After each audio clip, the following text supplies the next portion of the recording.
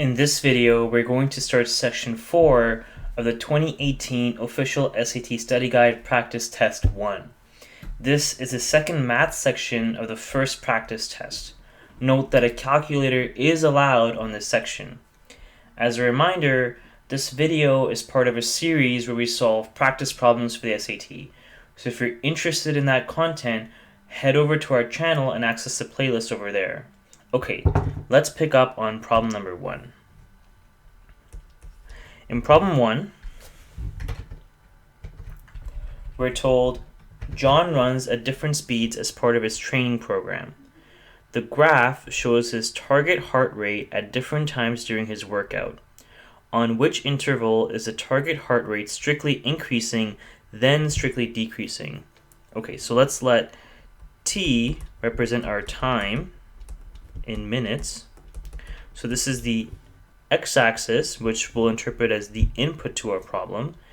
And let's let H represent the target heart rate.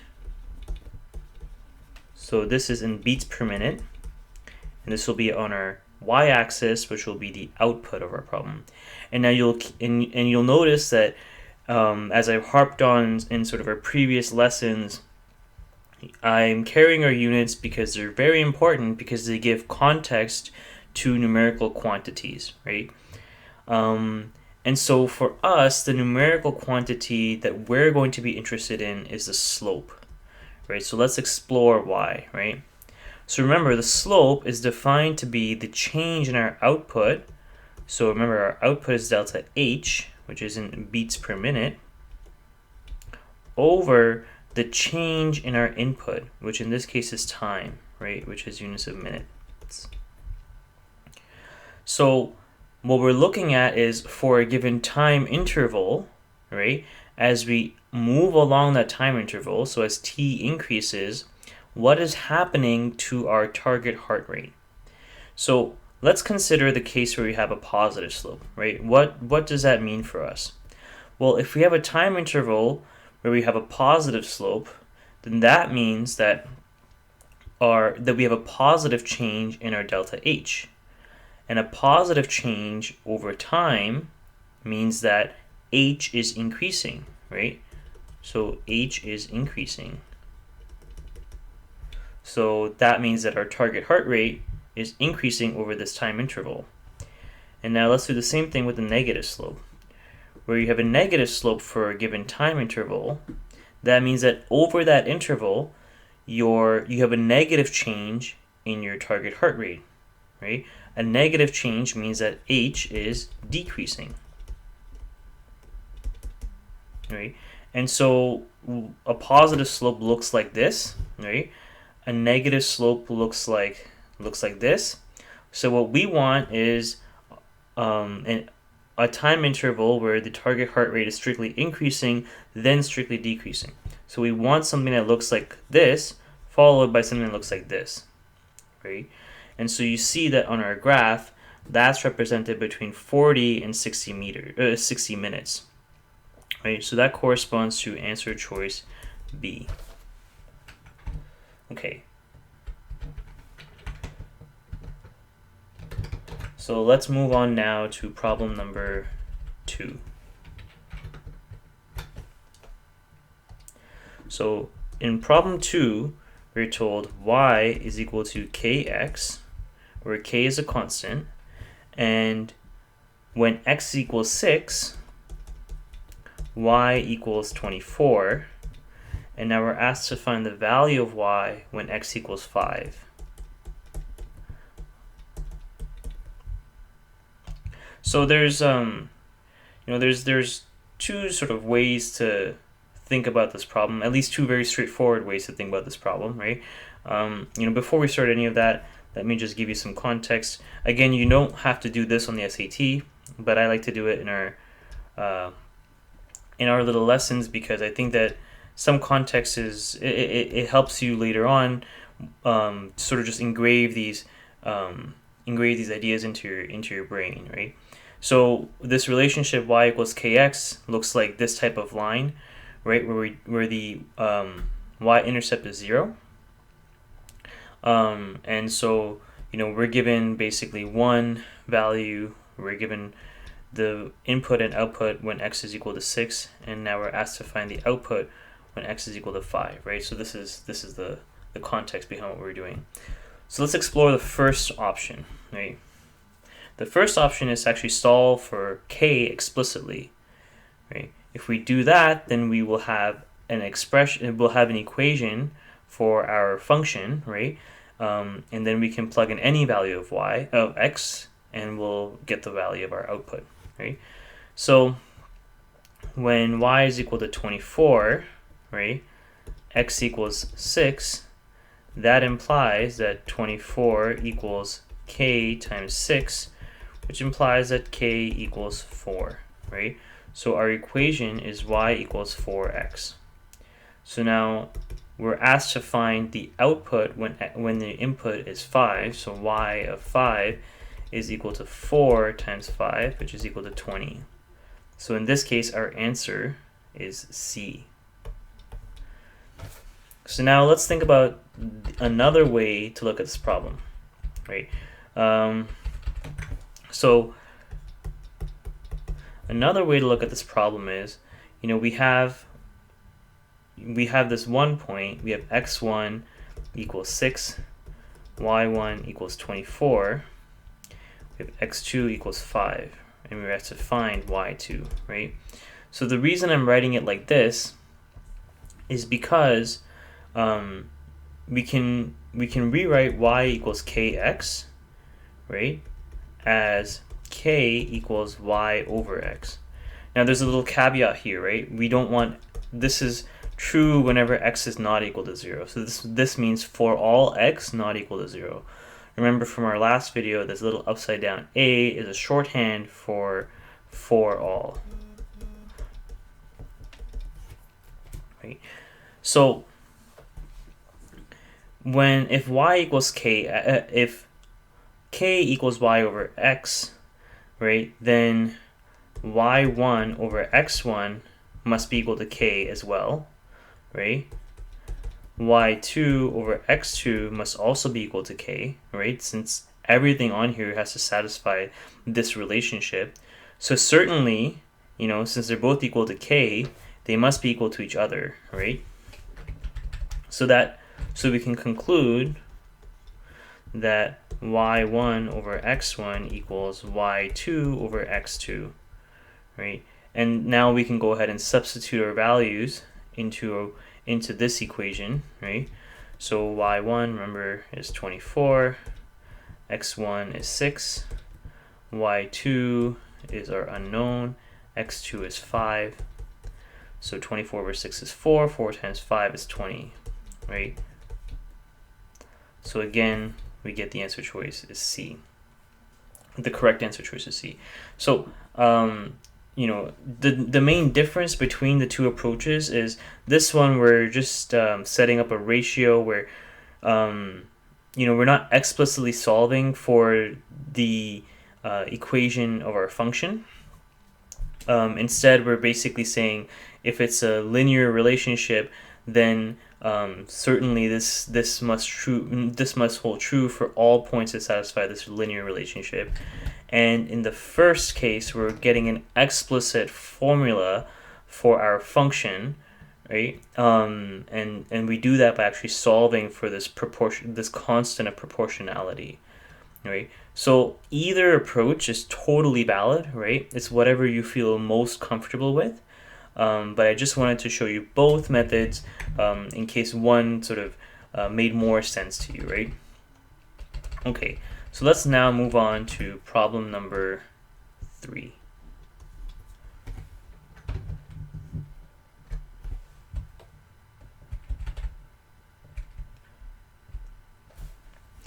In problem 3, we're told that we have two sets of parallel lines. We have lines L and M, and lines S and T. If the measure of angle 1 is 35 degrees, what is the measure of angle 2? Okay, so let's go ahead and draw this out for ourselves, right?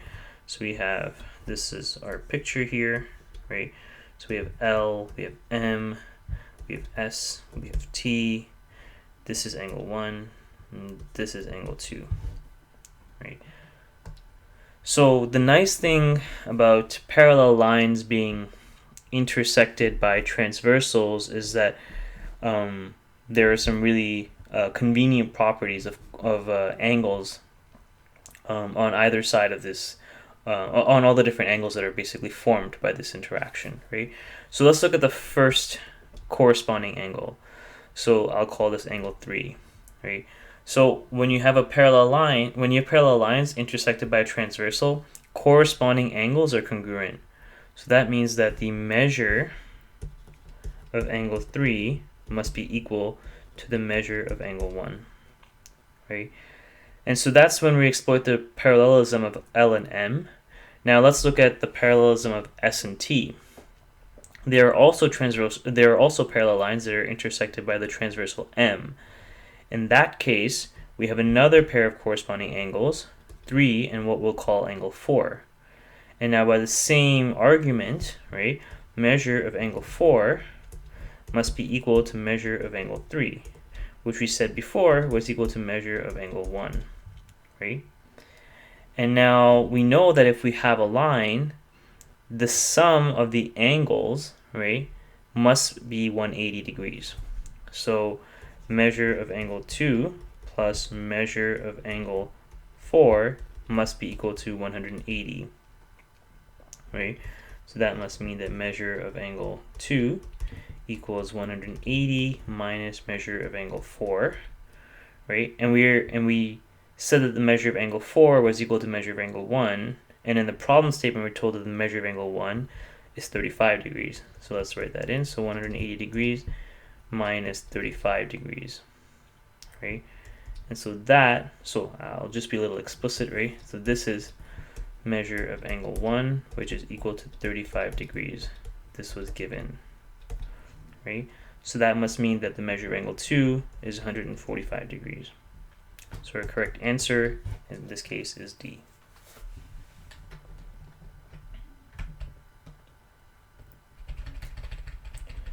Okay, let's move on now to problem number 4. So in problem 4, we're told 16 plus 4x is 10 more than 14, and we're asked to find the value of 8x. So essentially our task boils down to translating this sentence in natural language, right, into an equation. So there are basically a few rules that we can use to do this, right? Whenever you see an is, right, that translates to an equal sign, right? We're saying whatever precedes the is, right? So this is equal to whatever follows, right? So 16 plus 4x is equal to 10 more than 14. And now the next question is, how do you handle this more than, right? So more than is a little less straightforward than the is. It can imply either an addition operation, so that's a plus, or sometimes you'll see it'll imply a greater than sign, right? A greater than relationship. And what you choose here is context dependent, right? So this will depend on the sentence that you're actually considering, right? So in this case, right, 16 plus 4x equals 10 more than 14. So the addition operation makes sense here, because what we're saying is 16 plus 4x, that's going to be something. Whatever that something is equal to 10, right? And then that thing whatever this thing is equal to 10 more than 14. So whatever is 10 more than 14, that's equal to the thing on the left, right? So let's write that out. So 16 plus 4x equals 10 plus 14, right? So, in the problem, we're actually asked to find the value of 8x, right? So the way to, so one thing I'll caution you against is doing more work than you need to, right? So I'll show you what I mean by that, right? So if we subtract 16 from both sides of this equation, we get 4x is equal to 8, right? Which means that 8x, right, if we multiply both sides of this equation by 2, is equal to 16, right? So our answer choice here is C. And now, just to make sure that you're okay with this, right? If we go back and kind of reanalyze our problem, right? We had 4x is equal to 8. So we're saying 16 plus 8, right? So that's 24, right? Is 10 more than 14, right? So that's true, right? 24 is 14 plus 10, right? It's a number that is 10 more than 14. So I'm trying to say this phrase in different ways in the hopes that it will kind of that one of these ways will kind of make sense to you, and you'll be able to see exactly why we're translating this sentence or this statement into this equation, right? Okay, let's move on now to problem number 5.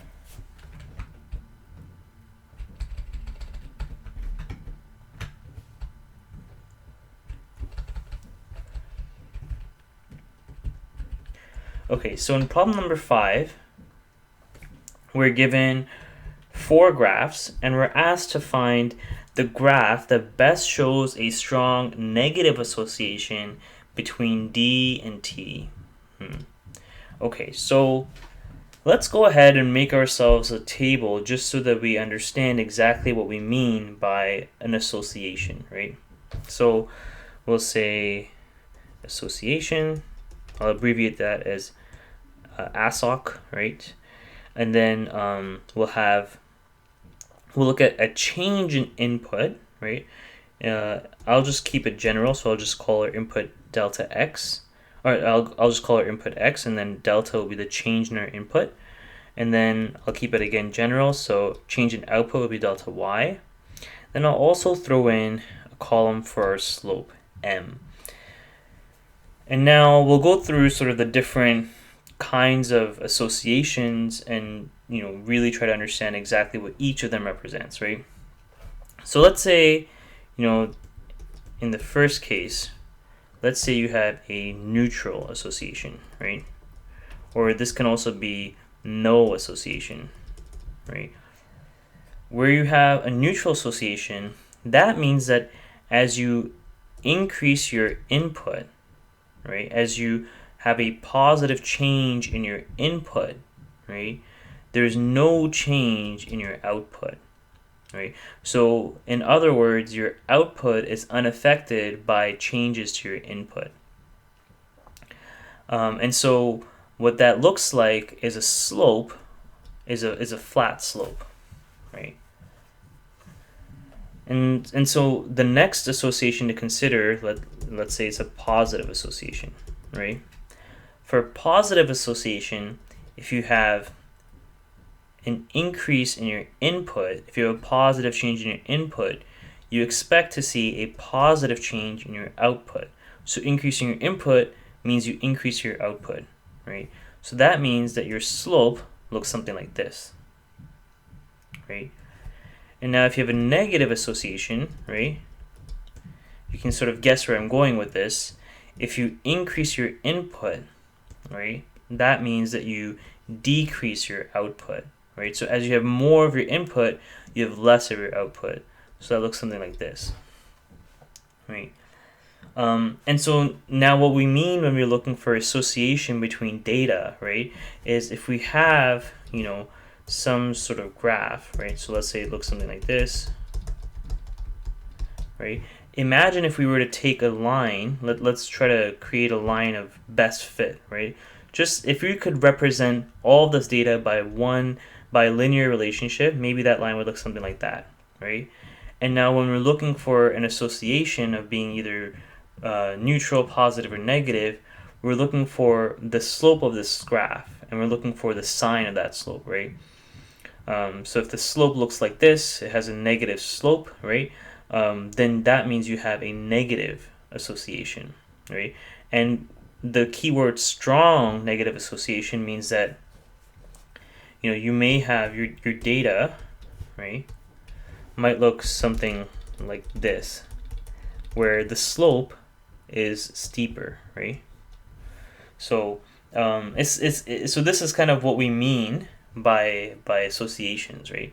And so in this case, we're looking for the graph where if we were to draw this kind of line, we would see a strong negative slope. We would see a very negative slope, right? So very steep negative slope. So for us, right, that would correspond to answer choice D, right? You'll see that in answer choice A, we have a negative association, but it's certainly weaker than the association in D, right? For C, you have a strong positive association, and then for B, you have this kind of neutral association, right? Okay, so let's conclude our video with or let's conclude our video right here.